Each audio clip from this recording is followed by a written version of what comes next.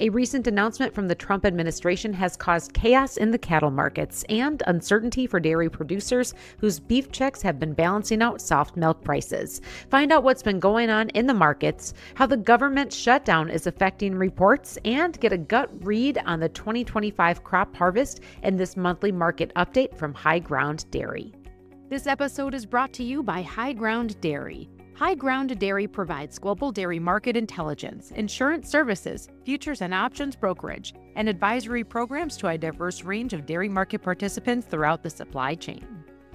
Information shared in this podcast is for educational purposes and is not a solicitation to buy or sell commodities. Opinions expressed are current opinions as of October 17th, 1 p.m. Central Standard Time, and only represent the views of the speaker and not those of HighGround Trading unless otherwise expressly noted. Curtis, you and I are catching up here. It's Friday, October 17th, and you were up all night last night, weren't you? Yeah, we had some interesting headlines coming across for particularly the cattle markets. So a couple of headlines popping up where the Trump administration talking about working out a deal to lower beef prices for consumers.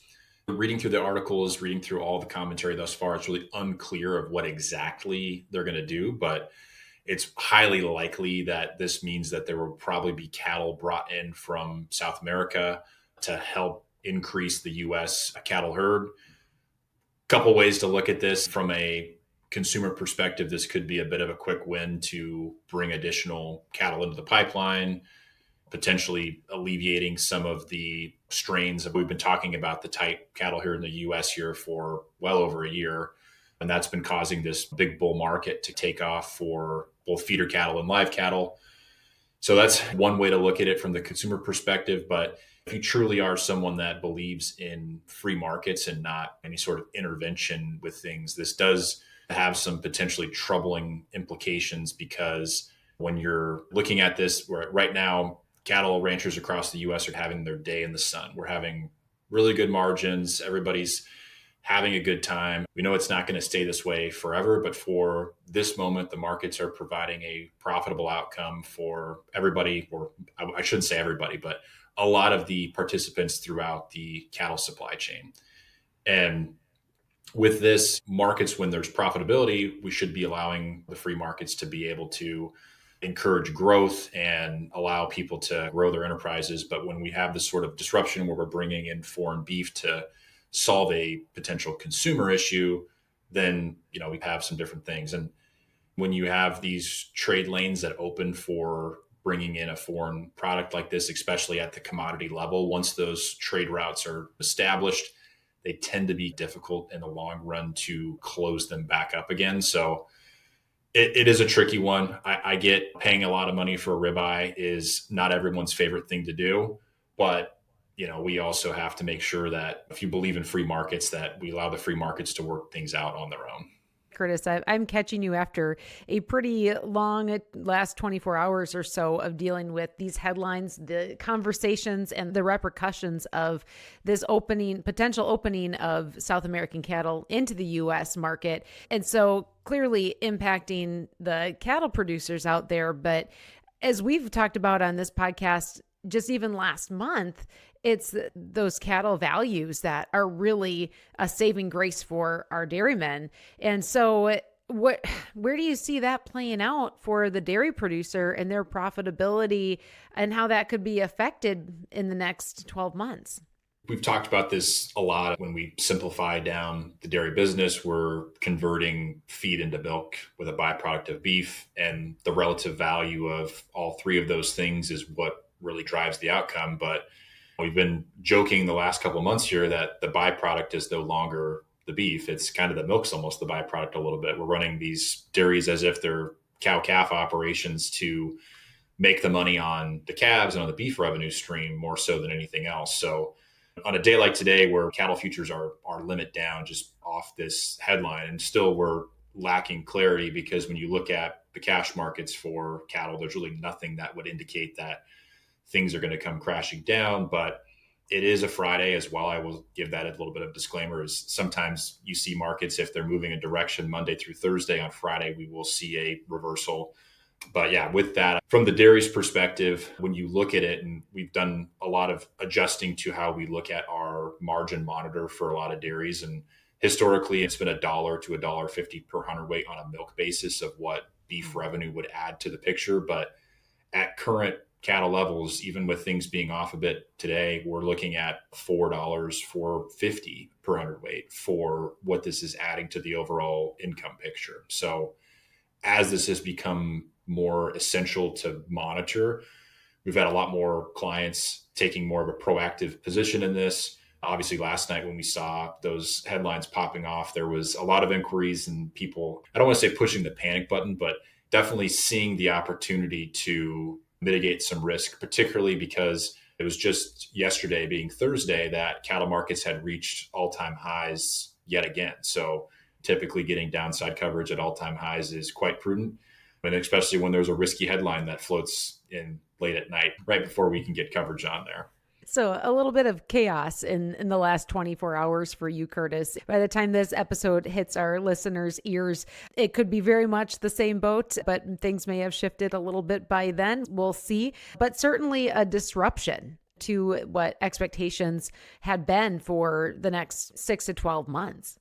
When markets start doing all sorts of crazy things and are super volatile, this is the time where we start to get a little bit more attention on these sorts of things. Sometimes when a market's going up, the cattle markets have been boring over the last couple of months, where you can just close your eyes, and if you call up your friend and say, hey, guess what's going on in the cattle markets? We're at another record high again. It's like, yep. Yeah, it's kind of just been the status quo. But we all kind of know at a certain point we're going to run into some issues here, whether it's demand side or some political intervention or something like that, that's going to cause this market to get a little crazy. And we're starting to see some of the first hints of that potentially taking place here. And again, when this episode airs and you're looking at this, maybe markets have recovered or we're seeing a little bit of a different thing. But I think even just seeing a one-off day of a market making a move should be enough to kind of get you looking at this and thinking like, hey, this is a significant amount of income for my dairy, that this should be something that we're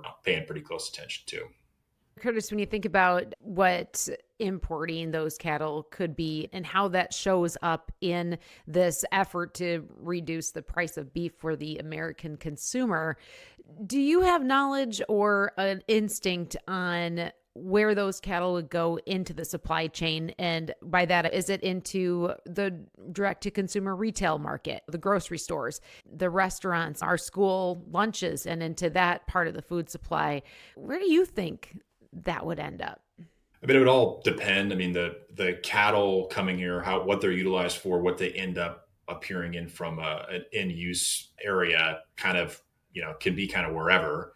I think at the end of the day, it's just we're in a situation where our cattle inventory is super tight here in the U.S. And there has been one thing we haven't talked about yet, is there has been a lot of concerns revolving the whole New World screwworm as well. So that's been something that has caused a bit of hesitation, and as to why we've been very hesitant to bring any cattle in. And again, we're trading off of headlines today, and we don't have all of the information in front of us. But when you get a market that makes an all-time high and you get to a Friday and you have a bearish headline, it is a recipe for a limit down day. So that's kind of what we're faced with on a day like this.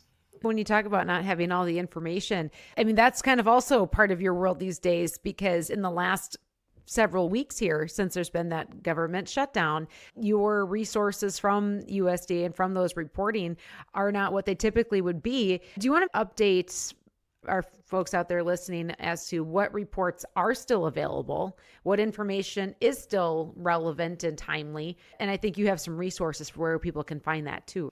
Yeah, so in the show notes, if you click into our market update, we have a nice table kind of outlaying this. But real quick on this, I mean, the federal milk marketing order operations in terms of pricing and pooling and mandatory price reporting, all those things are still functioning as normal. Those are kind of essential functions that government employees have to make sure those are getting done. That includes all the NDPSR reporting, advanced prices, class prices, all that stuff. So that will continue as normal. Our key market reports, such as milk production, dairy products, cold storage, things like that, those are all going to be delayed until further notice. And if we recall, last time we had a lengthy government shutdown, it took them about 3 or 4 months after the reopen to fully catch up all those historical report releases. So if we are to strike a budget deal in Congress and get the government reopened, let's say a week or two from now, keep in mind that it may still be a little bit of time until we get all of the data to fill that stuff back in. And then in terms of like the USDA RMA, so our DRP and LRP and LGM programs, quotes are still being published on a daily basis for those programs. So we're still able to secure coverage despite the government being shut down. There are still, I mean, all of the approved insurance providers that people book coverage through are privately held companies. So they're still operating just as normal. However, when we think about the settlement values for the programs, especially like a program like the Dairy Revenue Protection Program, they are reliant upon the USDA milk production data to settle out the yield information. So there is still a little bit of a concern because we're coming up quickly. October 22nd is the scheduled release date for the milk production report for September of 2025. That will finalize everyone's Q3 2025 claims. And there's some people that have some pretty significant dollars that are potentially headed their way based on the price movement in futures versus when they booked it versus where we're settling out. So we're hopeful that we get a milk production report or some sort of amendment that allows us to settle out that program, because I know at a time like this, with markets kind of coming down on the milk side and potentially on the cattle side as well, every dollar counts. We want to make sure that people are getting what they need on these things. Yeah. Well, thank you for the updates on what is available and also the knowledge of knowing that what's still operating, where the limitations are. And with that, let's walk right into what we usually talk about when we catch up every month, Curtis, and that is the movements in the market when we look at milk and then also getting into some of our grain and feed commodities as well. So what's been going on? So in milk, I mean, our four core commodities over the last month being cheese, butter, whey, and non-fat, we're kind of 1 for 4, and one of them actually holding the line or moving up a little bit while the other 3 are moving down. So dry whey has been the only one kind of holding up. I know we've talked numerous times about the insatiable demand for high protein wheys and all these other things. That's our only bright spot right now. Everything else is looking a bit more concerning. Milk production across the U.S. has been quite robust. We're seeing pretty significant growth. Of course, we don't have any new data on that because of the government shutdown. But when we look at some of the international figures, I mean, from the top 5 exporting regions of the world, including the most recent data from the U.S., we're up about 2.5% year over year across all of those regions. The U.S. and Argentina and even the EU being kind of the strongest drivers of that growth. So with all of those regions in sort of growth mode at the moment, that's been weighing on markets. We've seen international prices come down. So if we look specifically at cheese, one of the things that we talked about a lot throughout this year was 2025 is going to be an excellent year for cheese exports out of the US. And that still is going to be true when we look back at this year as a whole. But we have started to get to a point now where European cheese prices and cheese prices in New Zealand and other places of the world have started to soften and come down to kind of converge with the prices levels that we're seeing here in the US. And that is a bit concerning because that starts to close some of those export windows, especially in a year where we're significantly increasing our ability to create more cheese with all these new plants that have come online and such, and the milk that's there to support it as well. So all of those things have come together. But overall, I mean, we're looking at class 3 as a complex. We mentioned whey's up. Mentioned cheese has had a little bit of pressure on it with international prices coming down.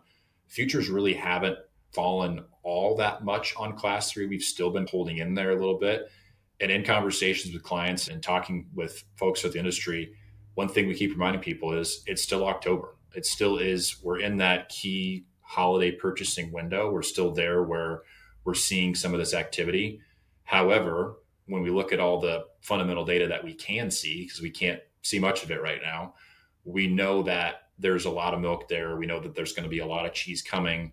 And there is some concerns that once we get beyond this month, we get into the end of this year, early next year, that this market will really start to soften up once again. And that is a concerning point going forward. I don't think that we're necessarily in a position where we're going to see a really dire, really bad class 3 price, but something that's $1 to $2 a hundredweight below where we're currently trading is entirely possible given just the fundamental picture of things.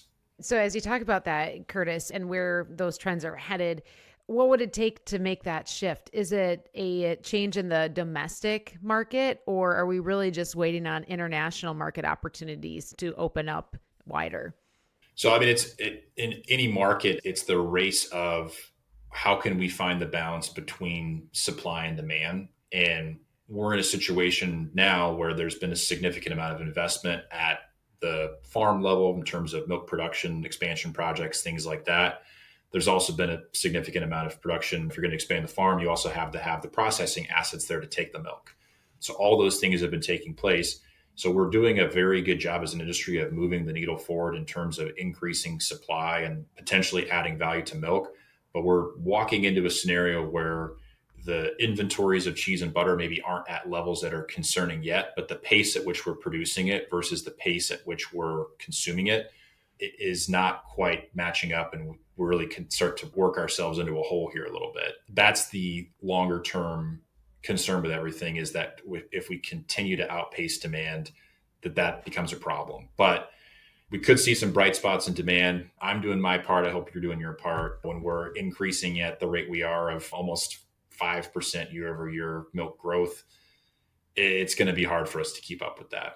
I will say I've been doing my part as well. Just stocked up on a ton of butter because in my house, it's like my favorite baking season between pumpkins and apples. So I am contributing and also probably going to put on 5 pounds. So all kinds of butter and all kinds of milk going through this household over here. And I'm sure the same for you too in California, Curtis. Oh, absolutely. I was actually just joking because I was in Chicago recently visiting my in-laws out there. My wife's family's from the Chicago area, but then we were out there as well because the Cubs were in the playoffs playing your Milwaukee Brewers, and didn't go so well for the Cubs, but it was still a fun series. But I kept telling people the real winner of this series between the Brewers and the Cubs is the Mars Cheese Castle, because it's just the amount of people from Illinois that are driving to and from Milwaukee, and they're picking up a lot of cheese curds from there. Way to see the bigger picture and put your sports ego aside. Sorry about the Cubs. I care far more about Class 3 demand than I do about baseball. Your heart's in the right place, Curtis. So any other significant updates or actions that have been going on in those dairy markets? Shifting over to the Class 4 side of things, so butter and non-fat, the butter markets have also been making a significant move lower. In the last couple of days, we've gotten spot prices down into the low 160s, which is historically quite low. And that's been weighing pretty heavily on those prices. Non-fat's also been trickling lower. We've been seeing front month Class 4 futures trading in the low $14 per hundredweight range. On a percentile basis, that's over the last 10 years, that would be the lowest quartile. So we're at like the 23rd percentile for Q4 2025 futures. So just a lot of pressure there. California is a large Class 4 exposure state in terms of how milk is priced out here. Class 4 is pretty important for how we track things. And when we're looking at stuff, not only has milk production in the U.S. been up 4.5% year over year, but we've talked about milk composition being super high as well. And when we end up with too much fat for either cheese production purposes or whatever, all of that has to go somewhere. And the last place that you want to send it is into a churn to make bulk butter. But a lot of it's been going there because there's really nowhere else to put it. So butter production has been running very high. But again, butter stocks haven't been at a level that you would call alarming. But it's back to, again, markets are seeking equilibrium and markets are seeing production move up at a pace that is significantly outpacing where demand is at right now. So that's why we're moving to some of these lower price bands. Producers are just doing too good of a job of making milk as efficiently as possible.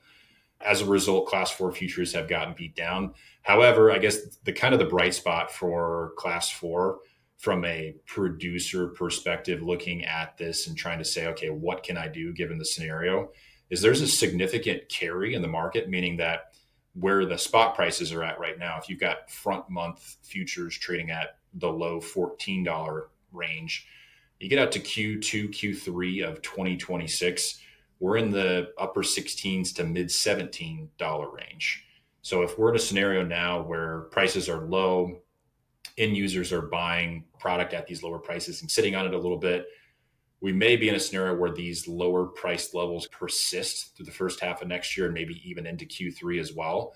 But because of that significant carry in the futures market, it gives you the opportunity when managing your margin to be able to secure a better price level for those periods out into the future. So even if you're looking at your milk check in the next month or two and saying, man, really should have done something about this, there are better opportunities further out on the calendar. I would say right now, one of the things we've been talking about a lot, just with the government shutdown in place and kind of the limited, I would say, fundamental data that's out there is we talk a lot about how do you form a like good market opinion, like when you're looking at these markets and you're doing all this analysis, what sort of categories of information are you taking in to formulate how you describe the way you feel or think about markets? And I always kind of break it down to three categories. So you have your fundamental data, you've got your technical analysis, so looking at price information like on charts and things like that. And then lastly, you kind of have your anecdotal chatter. So like stuff you're hearing from people that maybe isn't validated by hard data, but it's a story that someone's hearing about a trend that's going on.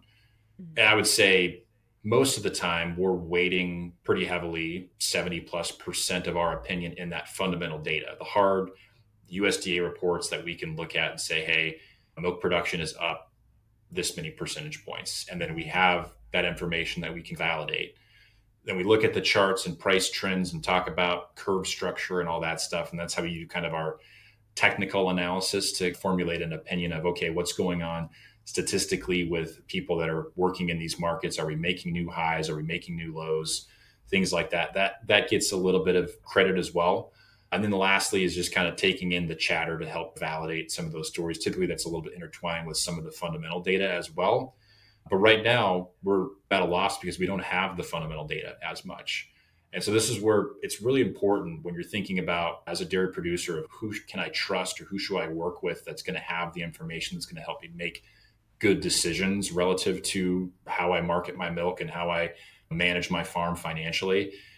I think it's really important to think it is the person you're getting information from. Are they solely relying on that fundamental data to be able to give the opinion? And right now they're just at a loss.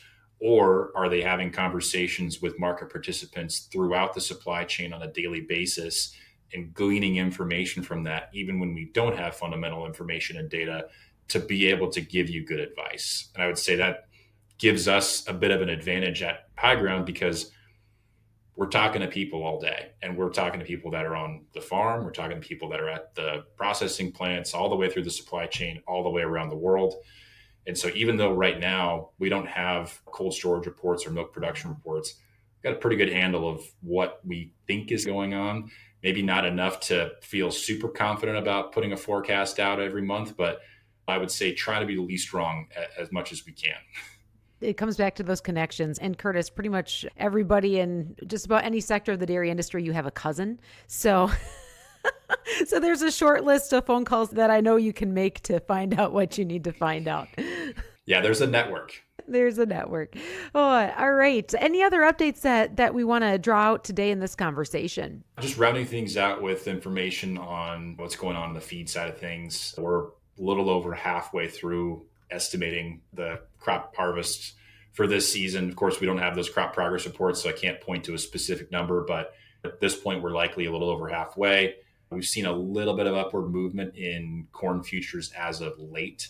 A lot of that's just based off of, I think, the USDA numbers, particularly when we got that 188 bushel per acre yield number, that may have been a little too high. So we're starting to see those numbers come down a little bit as people are actually getting out into the fields. So yield expectations of maybe a little too big initially.